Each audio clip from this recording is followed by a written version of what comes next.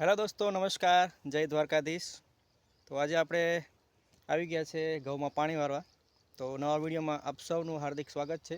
સમય થયો છે અંદાજિત 9:30 8:30નો સમય છે અને સુરત દાદા પણ નીકળી ગયા છે। એકદમ ઘનઘોર તાપ થવા માંડ્યો છે સવારમાં।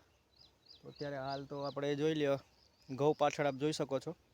આપણે ઘઉં લેટ વાવ્યા હતા, પરંતુ ઘણા એવો સારો પ્રોગ્રેસ થઈ ગયો છે, ગ્રોથ થઈ ગયો છે, ડુંડીઓ આવી ગઈ છે। તો આપણે ઘઉંમાં પાણી ચાલુ કરી દીધું છે। તો જોઈએ, આપણે મોટર ચાલુ કરીને આવી ગયા છે ત્યાં ઓઈડિયાથી। અત્યારે હાલ તો આપણે નીકમાં ઊભા છીએ ધારિયામાં। પાણી હજી આવતું જ હશે, લગભગ થોડું થોડું દેખાય છે પાછળ। તો ચાલો જોઈ આવીએ પાણી કેટલે પહોંચ્યું છે। તો મિત્રો, આપણે આ ઘઉં છે ને કપાસ કાઢીને વાવેલા છે। તો જોઈ લો, પાણી તો આવી ગયું। જો મોટર ચાલુ કરી છે અને પાણી જોઈ લો એકદમ સરસ રીતે આવી ગયું છે। લાઇટ ગઈ નથી એટલે વાંધો નથી। અને અત્યારે હાલ હવે આપણે ઓલી બાજુથી પાવતા આવવાના છે આગળની સાઈડ। તો એકવાર LB આંટો મારી આવીએ, કારણ કે ક્યાં ફૂટ્યું નથી ને એવું જોવું પડશે। હવે જોઈ લો, આવી રીતના આપણા ઘઉં છે। લેટ વાવેલા છે એટલે લેટ જ જવાના છે। રીઝન છે કે કપાસ આપણે આમાં હતા, એટલે કપાસ પૂરો થઈ ગયા પછી આપણે આમાં ઘઉં વાવ્યા હતા। ટુકડી ઘઉં છે, ખૂબ સરસ થાય છે અને ગઈ સાલ પણ આપણે વાવેલા, બધા જ ગામમાં વેચાઈ ગયા હતા। યુટ્યુબમાં વિડીયો હશે જ મારો, આમાં મૂકેલો જ છે મેં ગઈ સાલના ઘઉંનો પણ। તો જઈએ હવે આગળ।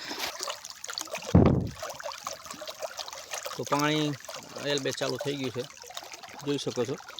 આપણે નીટ નથી બનાવેલી એટલે એરંડાના ક્યારામાં થઈને સીધું પાણી જાય છે આપણે ઘઉંમાં।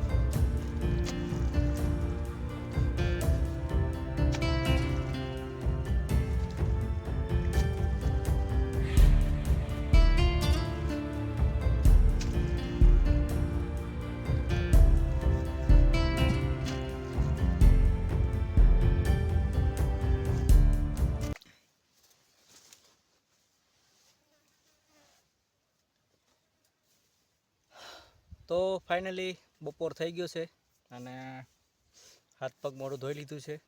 તો થોડુંક જમી લઈએ પાણી વાળતા। બહુ ભૂખ લાગી છે। તો ટિફિન તો આવી ગયું છે આપણું, હવે જોઈએ એમાં શું નીકળે છે। તો થેલીમાંથી કાઢું, ટિફિન આવી ગયો આપણું ટિફિન। ઓકે, તો શું છે અંદર આપણે જોઈ લઈએ। અંદર થેલીમાં એક્સ્ટ્રા થેલી છે, સાંજે આપણે શાકભાજી ચણા બણા લઈને જવાનું છે એટલે। અને આ કોથળીવાળી છાશ, ઓકે, આને રાખીશું બાજુમાં।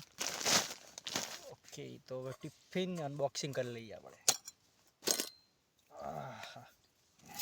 તો ટિફિનમાં તો બટેટાનું શાક આવ્યું છે। જો બટેટાનું શાક, ખીચડી અને રોટલી। તો ખીચડી, બટેટાનું શાક અને રોટલી, એ 3 વસ્તુ આપણે આવી ગઈ છે। તો આપણે છાશ પીવાની છે એટલે એકવાર રોટલીને આપણે બાજુમાં મૂકી દઈએ। તો અહીંયા મૂકી દઈએ આપણે રોટલીને, અને છાશની થેલી તોડીને આપણે ડબ્બામાં ભરી દઈએ। તો એ ખાવામાં મજા આવે ને ખેતરમાં ખાવાની મજા તો કંઈક અલગ જ હોય છે. જે ખેડૂત મિત્રો છે, જે કોઈ મિત્રોએ ખેતરમાં ખાધું હશે ને મજા આવશે. સો ફર્સ્ટ બાઇટ લઈએ. બટેટાની શાક અને ખીચડી પણ છે, ખીચડી પછી ખાઈશું. તો જોઈ લ્યો બટેટાનું શાક. મસ્ત, મજા આવી ગઈ. તો ખાઈ લઉં પછી મળું.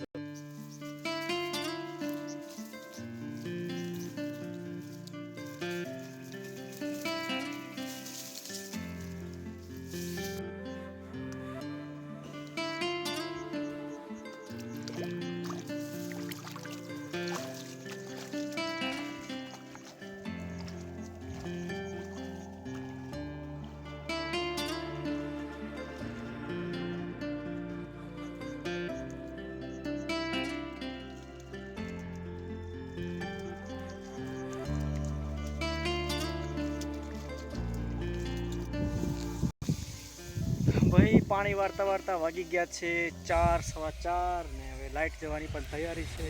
તો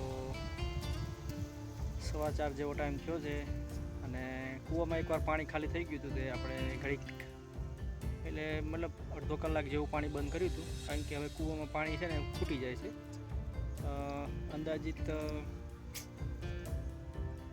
5.5 કલાક જેવું પાણી આપણે કૂવામાંથી હાલ્યું છે આજે.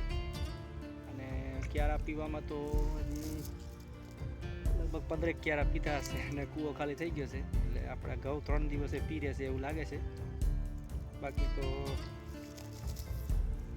ઘરે જવાનો ટાઈમ થઈ ગયો છે. મેં શાકભાજી ઉતારી દીધી છે, ચણા તોડી લીધા છે, મેથી કાપી લીધી છે અને હવે લાઇટ જાય એટલે આપણે ઘર માટે નીકળશું.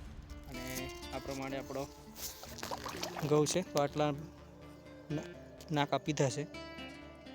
અત્યારે આમાં ચાલુ છે.